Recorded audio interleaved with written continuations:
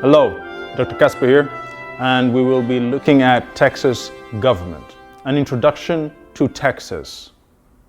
Now, when we look at Texas, there are many things that can come to mind. Whether you're talking about the Tex-Mex, whether you're talking about Don't Mess with Texas, oil, the Lone Star State, cowboy culture, okay? So when in Texas, there are many things that people think of when they think about what is a Texan. You know, when in Texas, right, we normally think, bulls, longhorns, we think of cowboys, Old West. So all these preconceived notions and ideas of what Texas is. And so today we're going to look at a few things about Texas. The first thing is there are 7 regions in Texas. So keep that in mind. We have 7 regions as illustrated here. There's Panhandle, Prairies and Lakes, Hill Country, Big Bend, South Texas, Gulf Coast, Piney Woods. And for example, Dallas-Fort Worth area would be around Prairies and Lakes, all right? And so different regions in Texas. The other thing to note is, and we will see, that even within the different regions, there's actually different cultures. And even, I will go as far as to say, some differentiations in political ideology. In the West, you might find more people who are libertarian. To the east, you might find people who are more conservative. To the west, it might be more cowboy country. To the east, it might be more in what we'll consider typical southern culture. And so, depending on where you are, in the south, it might be more rural, mixed with Tejano. Tejanos, I argue, are the original cowboys. The Mexicans who lived in northern Mexico. And so today, a big chunk of that Tejano culture is within South Texas, right? And the adaptation of using the larger hats, amongst other things, is how we came up with the cowboy, right? It was really from them. And so we have Southern culture, right? East, South Texas. We have Western culture in the Panhandle and West Texas. And we have different people groups. We have Anglo-Americans, we have African-Americans, we have Asians, we have Latinos, right? And the Asian and Latino communities are the fastest growing communities in Texas, right? On top of that, we have a major rural versus urban, right? Majority of Texans live in about 53 counties of the 254 counties in Texas, right? And so, and as Texas is actually growing, right? Not only in its economy, but in its population, we are seeing that there is a major peri-urban. This is an in-between the rural and the urban. Many places in Texas that once may have been considered rural, today you're finding new shopping centers, expansion of neighborhoods. And so there's an outward expansion across Texas, especially within those core counties where the population is just booming. And so we should expect a lot of what was rural to now be mixed within the urban, especially in highly density areas, right? On top of this, we have different flags, right? We have Spain, which was here, France, Mexico, the Republic of Texas when we were our own independent republic, and then of course the United States of America. And even when Texas seceded, there was a confederacy, and then back to the United States flag. So many flags means Texas has a rich history. And that rich history has created the type of political ideologies and atmosphere that is experienced in the Lone Star State. When we look at people groups and settlements in Texas across time, we can see at first we have First Nations, right? Native Americans in this area. And then next we have Spaniards and the Tejano, the Mexican settlers, right? And they bring about their own, every group that came in brought their own flavor, their own political ideologies, their own culture.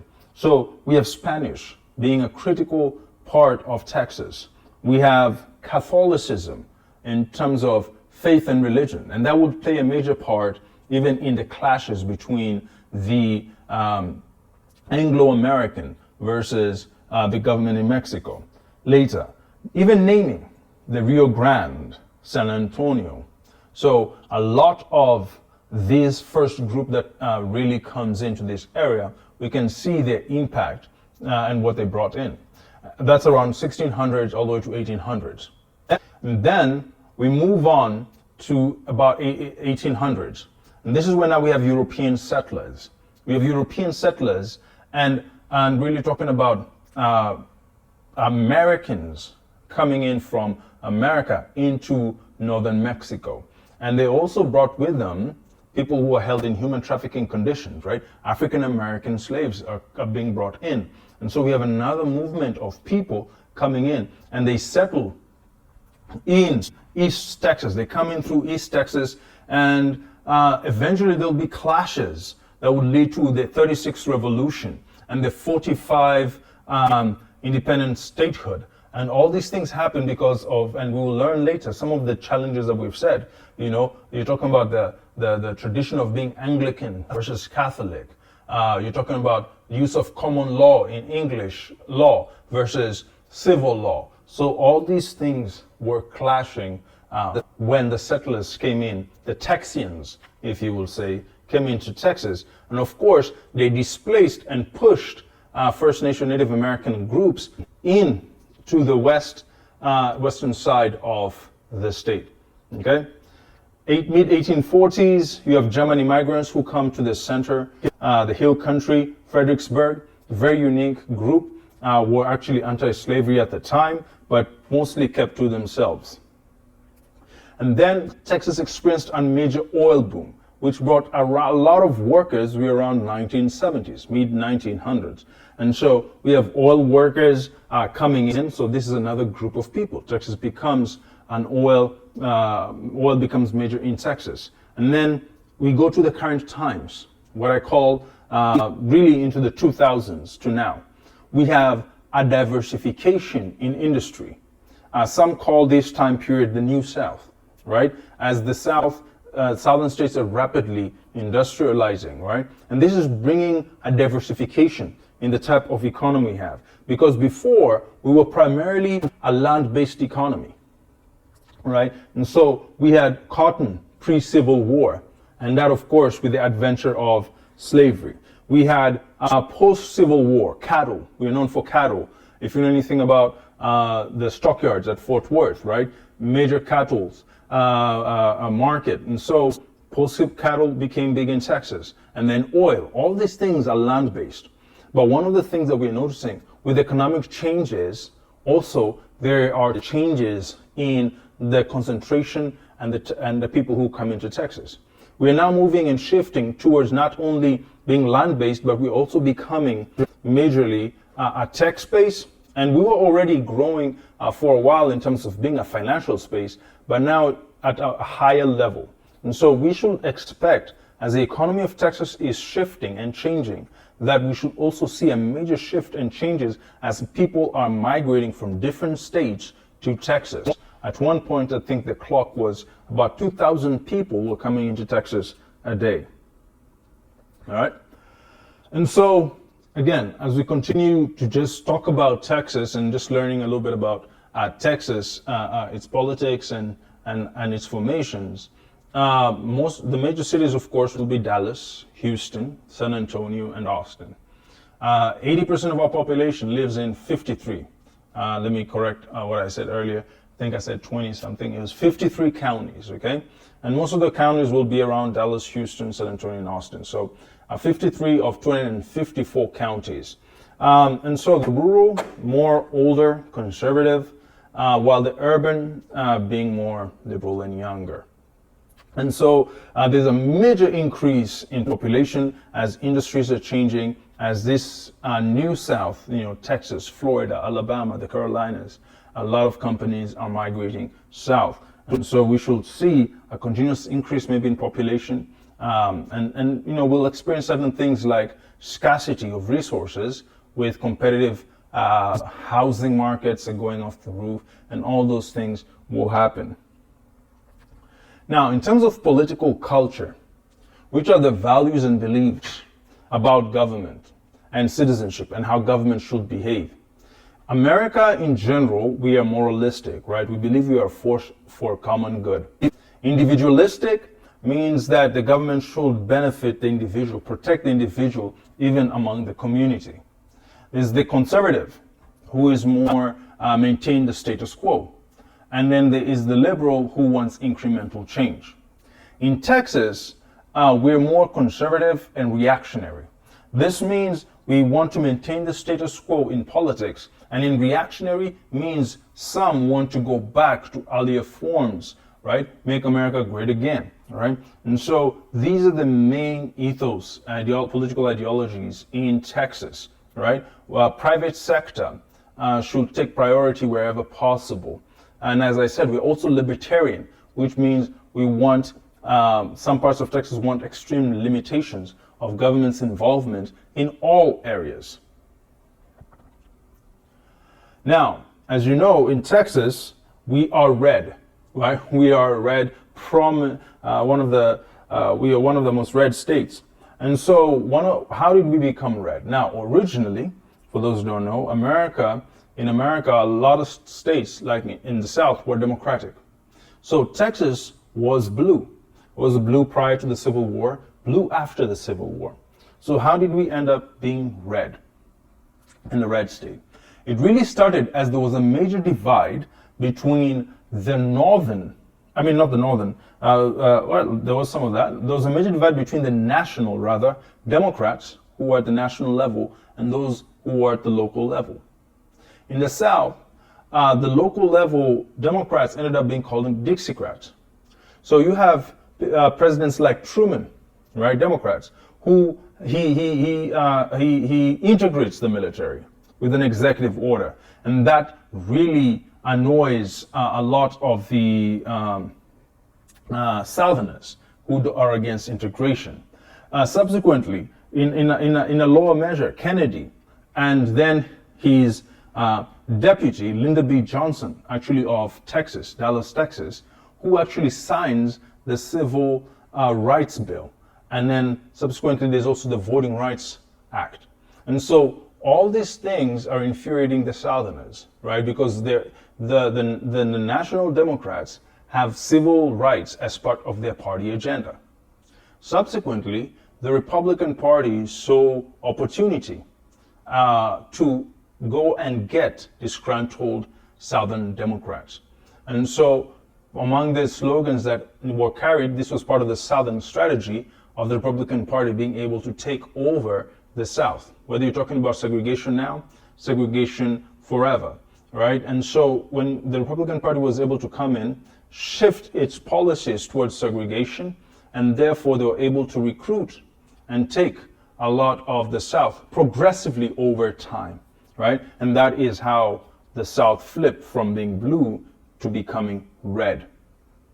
Now, Lyndon B. Johnson was actually quoted as saying, "We have just signed over the South to the Republican Party for a generation, and now it's probably going to be multiple generations." Okay, and of course, from continuing with Nixon, with the Christian or the Southern strategy, imposing evangelical Christian values plus state rights, among many other things, is a foundational basis of recruitment in the South. When we talk about keeping the South red, keeping Texas red, this is part of the process.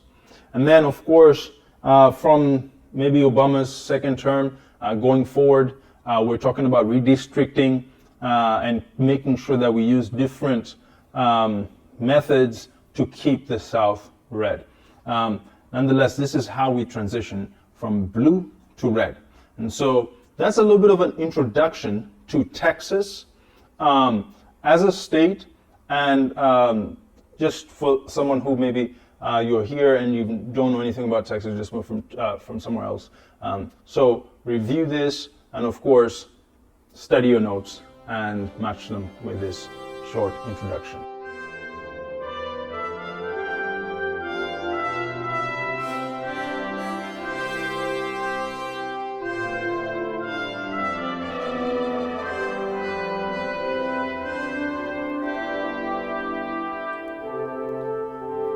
Hello, this is Dr. Casper, and this is the study of government.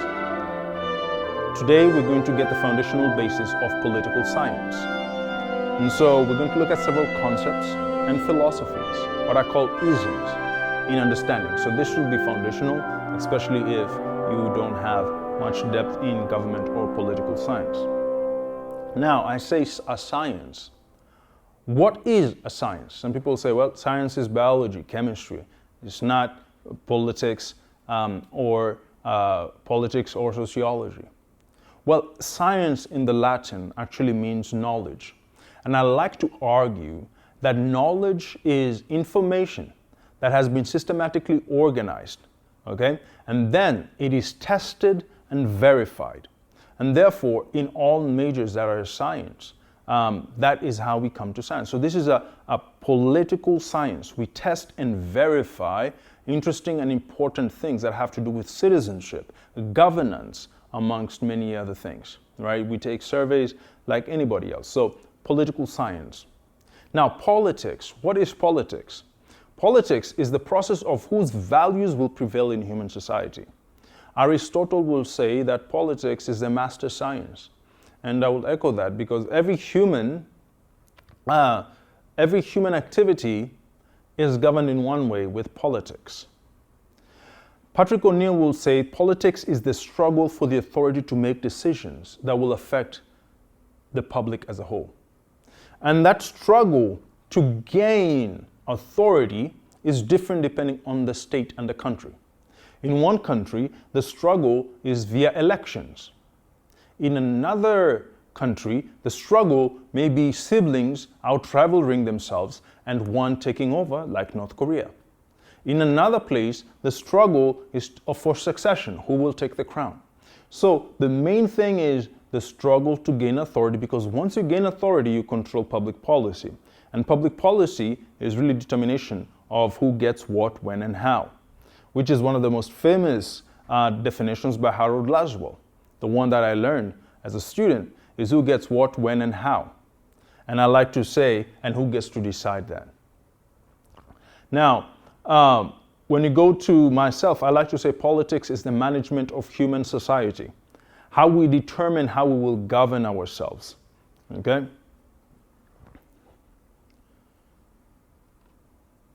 Now, there are three approaches to studying political science. One is the institutional approach, and we will use this, in which you look at how different institutions affect public policy outcomes. All right? So, what are the established patterns of behavior in your country? Are you a presidential system? Are you a parliamentary system? Okay? Are you a monarchy? If you're a presidential system, is it a federal republic? So we look at the institutions in the country. Vis-a-vis, we can also look at behavioral approaches where we try to explain government outcomes by looking at human behavior. I like to say we can look maybe micro all the way to individual presidents and their policies, all right? All the way to looking at how senators versus members of the House behave and how they affect public policy outcome.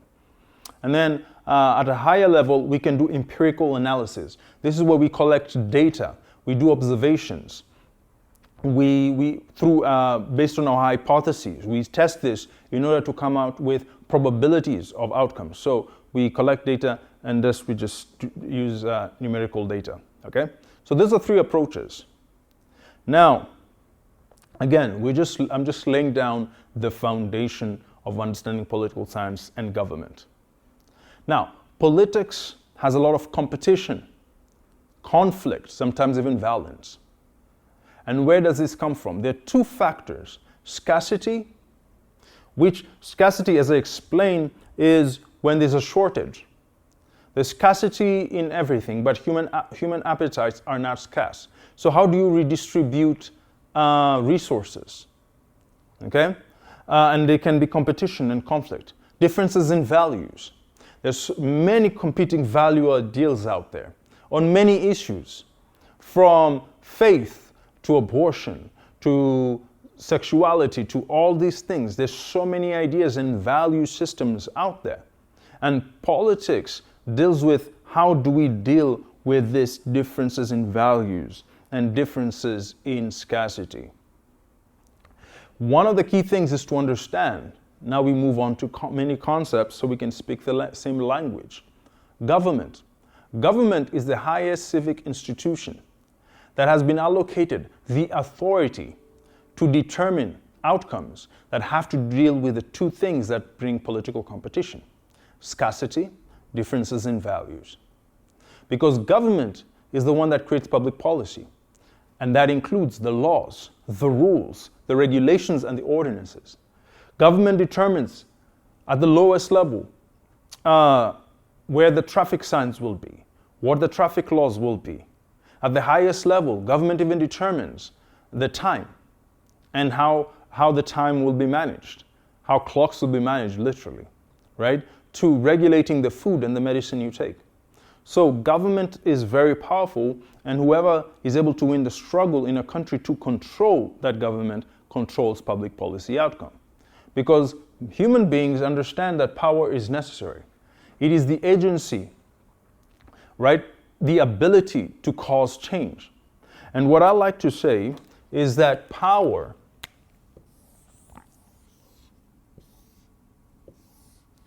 operates in this way. You have a jurisdiction, and that is the scope in which your power is. And you have authority, which is your moral right to exercise such power within your jurisdiction. So if we take, for example, a university, you have different classrooms. I may have authority in this classroom to create the constitution of this classroom among certain rules, and that is my jurisdiction. But I cannot cross over to another jurisdiction, to another classroom, and apply my authority. Okay? And so, even in a government, even in a school, we understand the differences in jurisdiction. So, the executive branch has authority, or the president has the authority in the executive branch and has the jurisdiction in that area. But anytime the president tries to cross over to the legislative branch's jurisdiction, then they're checked. Okay? Now, it doesn't happen in every country, but it's just a way for us to understand the concept of power, of authority, the moral right to apply one's given power within a stated jurisdiction. Now, sovereignty means the ultimate right to self-govern. And therefore, in a monarchy, they used to call the top person the sovereign, because the right to rule is within themselves, divinely or otherwise.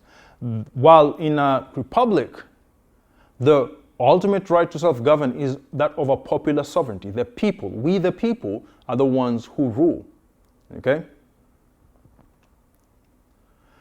Other concepts that are important in understanding government and the foundations of political science. One is legitimacy.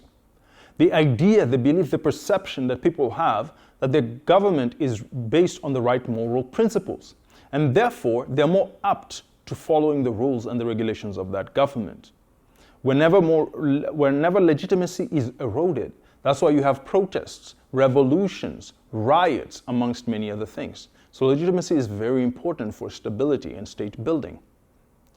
There are other terms that I will come back to more, like majoritarianism, the idea that in a democratic republic, the numerical majority wins in decision-making under public policy. In other words, if 51% of people vote one way and 49 vote the other way, by numbers, the 51 get the say. Very powerful concept.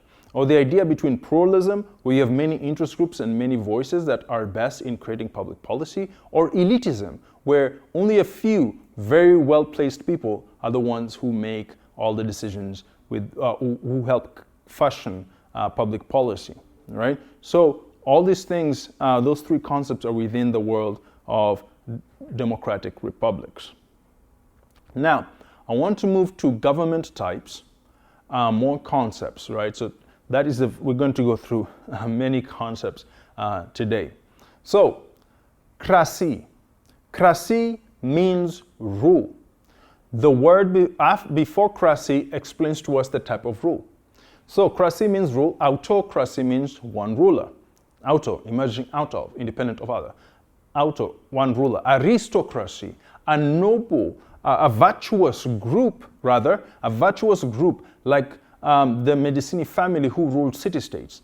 So a privileged class of rulers by virtue of being virtuous. You have an oligarchy, a small group, usually well-financed economic people with a lot of economic might who really run the country. You're talking about when the Soviet Union fell during Russia.